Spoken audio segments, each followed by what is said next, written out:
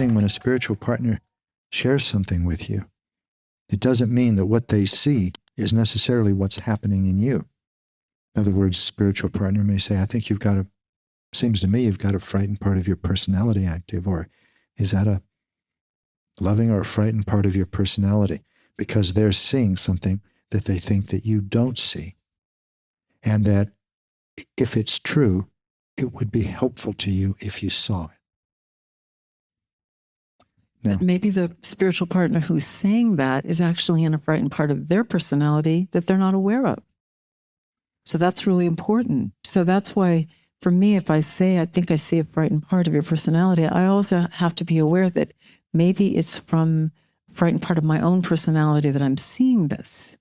So it may or may not be so. And I know it is if the person doesn't say or do what I want, because then there's a reaction from this frightened part. but when someone says to you something, you don't have to respond.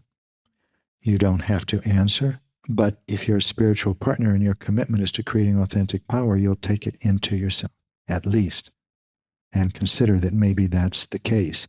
Now, if it's not the case, probably you'll just know that it's not the case. If it's not the case and you're rather angry that they'd even think it was the case, then you know that your spiritual partner has hit some pay dirt.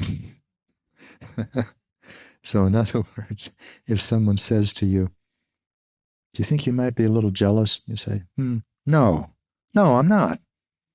No, I'm not jealous. But right away, if you're the one saying those words, be on the alert. There is a frightened part of your personality that doesn't want to hear that possibility. And that's the part that's jealous. And that's the part that you don't want to recognize. So whenever your spiritual partner or anyone says anything to you, could be a clerk in a store that you've never seen before, and it causes a reaction in you. How dare you? Or, I don't like the way you seem to smile at everyone and you don't seem to mean it at all. It annoys me. That means there's something in you that you can look at, because that reaction wouldn't be there if you didn't have something in you that was reacting to that. But that's called projection. If there's something in you that is so shameful or painful to you that you don't want to look at it, and you really don't want to look at it, you won't like it. You'll see it in others and you won't like it there. You say, he talks all the time. Can't he ever keep his mouth shut? Why is she so mousy? Or why is he so mousy? Doesn't he have an opinion of his own? Whatever it is, if you react to it, be aware that is the universe showing you that there's something in you that you could benefit from looking at. Because when you look at it and you find it, several wonderful things will happen. Number one, when you recognize it in you, suddenly your dislike of it in the other person will melt away. And in its place will be compassion, because you know what that feels like from the inside. I had that happen to me one time. I just came to me. I had a friend who I really was really cared about a lot, and I had known him for years. And one day I hadn't heard from him for about a year, and I thought it was odd. He never wrote me back. He never called me. I didn't know what was wrong, and so I found out that he had become a born-again Christian, and I instantly had a huge reaction. I judged him, and I said, I didn't say it to him, but in myself, I was saying, he's a fundamentalist. There's no way I can talk to him. There's no way, we're not friends anymore. And I really felt a loss, and I really felt upset. And I knew that there was something there for me because I was in such a reaction, huge reaction. So I just kept working with it in me, because I felt so much distance from him, and I knew it had nothing to do with him.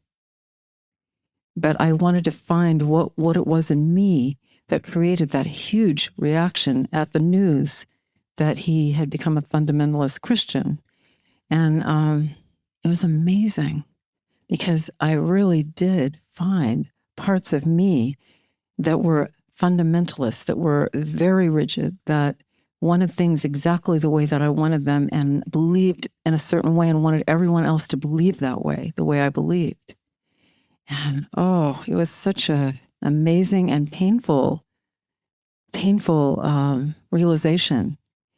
And the reason I knew that I had really found it is because I never felt separate from him again. I knew that I had really dealt with what needed to be dealt with in me because I felt no separation. I felt complete love for him and compassion and support of him. And that's how I recognized on the outside that something had really changed in me on the inside because of that discovery. And it was pure projection on my part